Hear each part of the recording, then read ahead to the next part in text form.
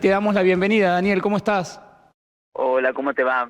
Bien, buen día, buen mediodía, buen saludo para la audiencia. Bien, este conflicto que se nos presenta, buenos días, buenas tardes, a esta hora, Sí, estoy lo en el marca el medio, almuerzo, buen ¿viste? mediodía me salió, sí, sí, es cierto. Está muy bien, está muy bien. Bueno, te convocábamos, Daniel, porque continúan cambiando de sentido las calles de Neuquén. Todo parece ser en el marco, ¿no?, de una mejora que tiene que ver con el caudal de vehículos, con el crecimiento que hay del parque automotor en la ciudad de Neuquén, y siguen las calles de Neuquén cambiando su sentido de circulación, ¿no?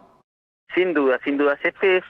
Fíjate que a partir de hoy, 10 de octubre, comenzó la segunda etapa del primer par troncal, que tiene que ver con los cambios de sentido de circulación de Luis Beltrán y Lanín. Luis Beltrán, en continuidad con Richeri, como fue el 1 de octubre, que cambió Richeri y Copahue. Luis Beltrán cambia en sentido de circulación, es decir, pasa de tener sentido de circulación. Hay que... Se me trabó, ¿puede ser? Sí, sí, te estoy Hola, escuchando algo hola, cortado, Daniel. Daniel. Se cortó un poco. Sí, ahí te escuchamos bien, de todas maneras. Porque directamente quedó vacío. Te decía que Luis Beltrán tiene sentido de circulación este-oeste y Lanín va a tener sentido de circulación oeste-este. Por supuesto, Luis Beltrán va a ser de Avenida hasta Chaco y Lanín va a ser de Saavedra hasta la Avenida Las Cuagas, sabiendo, obviamente teniendo en cuenta que el tramo ya entre Saturnino Torres no, entre Gatica y Avenida ya tiene sentido único, Sí. O sea que lo que se hace es ampliar ese sentido único para, como objetivo, como bien decías vos, este tiene como objetivo principal la seguridad vial. ¿Por qué? Porque elimina los puntos de conflicto. ¿Cuáles son los puntos de conflicto? Bueno, cuando yo tengo un doble sentido de circulación en una avenida, en tipo calle troncal, lo que se genera es siempre la probabilidad de colisión. En la accidentología se llama colisión, cuando hay una siniestralidad entre dos vehículos en movimiento. Y la colisión frontal es la más peligrosa. Claro. ¿Por qué se produce esa probabilidad? Bueno, porque al circular transporte público, al circular transporte de cargas pesadas, se producen esa maniobra de sobrepaso, ¿no? Por una cuestión de demanda de la vía. Entonces, se retira eso, también se retira los puntos de conflicto en las intersecciones que tienen muchos movimientos semafóricos. Entonces, la realidad es que eso es por un lado, ¿sí? La cuestión de la seguridad vial, no solo para el vehículo, sino para el peatón y el ciclista. El ciclista tiene un corredor directamente y tiene una manera y una maniobra de circular, y el peatón tiene que mirar hacia un lugar, en una troncal, y también le mejora la manera de atravesar la vía de manera perpendicular en la intersección, ¿sí?, cuando el tiempo se lo habilita. Por el otro lado, lo que vos decías mejora la capacidad vial. Ese es un concepto de ingeniería, junto con el nivel de servicio, que tiene que ver con la cantidad de vehículos que circulan en una longitud determinada, es decir, en un carril, por hora. Es decir, cuántos vehículos circulan. Y los estudios determinan siempre que para una vía ideal circulan aproximadamente entre 1.600 y 1.900 vehículos. Entonces, imagínate que por carril, nosotros si tenemos, como bien decías vos, actualmente un flujo ingresante de 70.000 vehículos, medidos en Mosconi y medidos en Alfonsín, sin tener en cuenta, te digo, todavía el cierre del anillo, ¿no? Por Claro. entrar en Bajada de Maida, Casimiro, por Río Colorado. Aún así, con esa cantidad de vehículos, más los 264.000 vehículos patentados que tenemos en la ciudad, eso hace que nosotros tenemos una carga vehicular excesiva. Claro. ¿Sabés, Daniel, Entonces, que esta planificación, sí, decía que esta planificación tiene que ver con adecuar las troncales para designar sentido único aumentando esa capacidad vial? Es decir, para que las personas, ¿sí?, tengan mayor recorrido, ¿sí?, tengan menor riesgo de siniestralidad y a su vez mejoren la fluidez del tránsito. claro, ¿Por qué mejora? Bueno, porque lo que hago es maximizar los ciclos de los semáforos.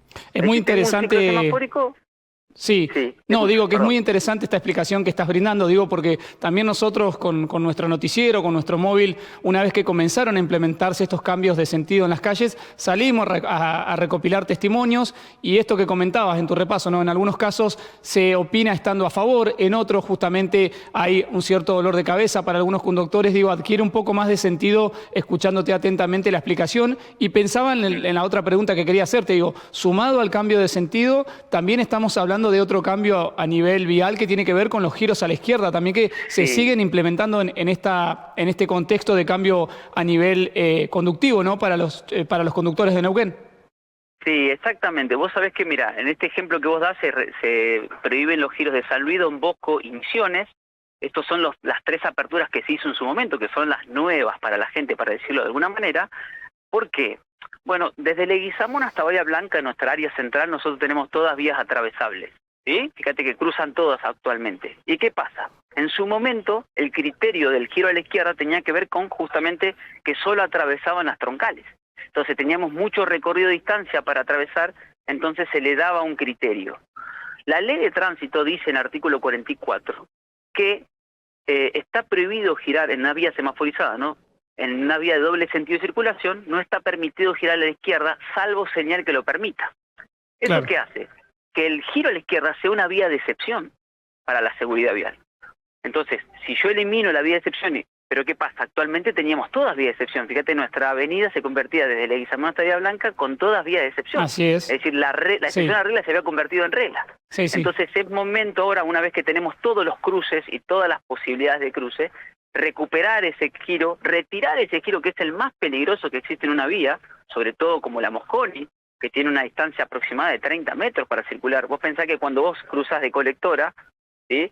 Primero, la capacidad del vehículo que circula siempre no supera los 10 vehículos por Claro. la cantidad de segundos. Sí, y entran muchos después, factores, ¿no? Como, sí. como suele pasar, digo, en los siniestros viales, vos lo sabrás muchísimo mejor que yo, digo, hay muchos factores que determinan los siniestros. Uno de ellos Sí. tiene que ver con esto que mencionás vos, lo que tiene que ver con los siniestros por alcance, las velocidades Por de alcance. circulación, digo, hay todo un Sí, gran sí, conjunto de cosas, ¿no?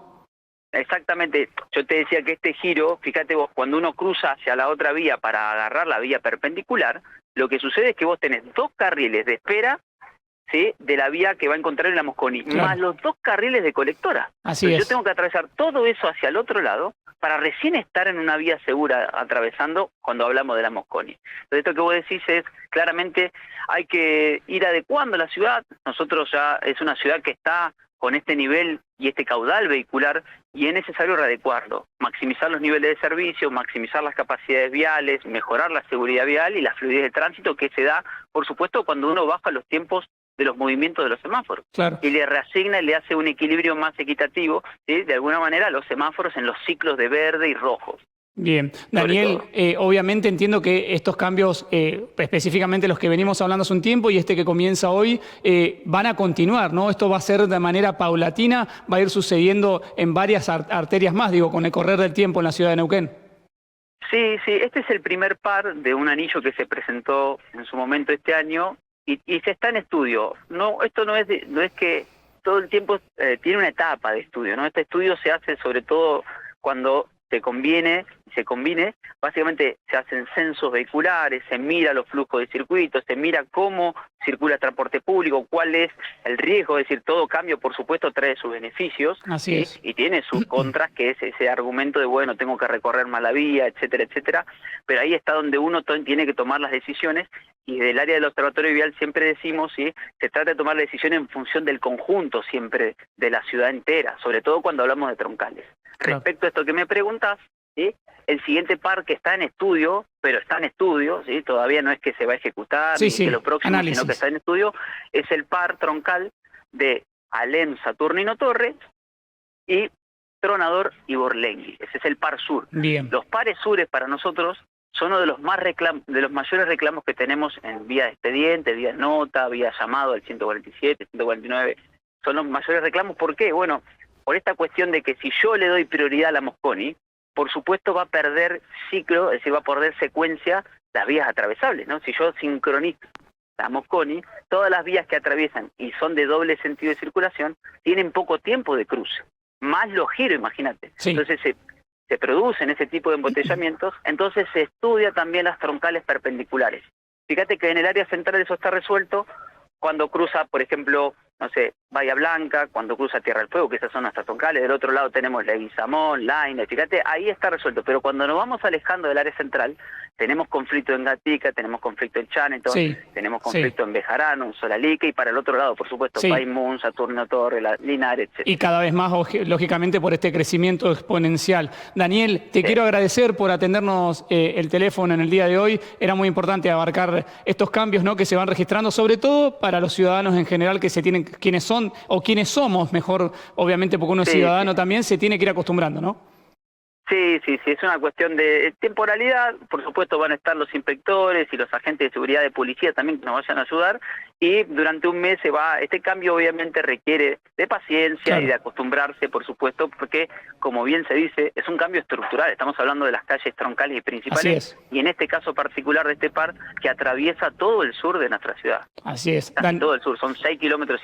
Sí, es bastante. Daniel, que tengas excelente día, muchas gracias.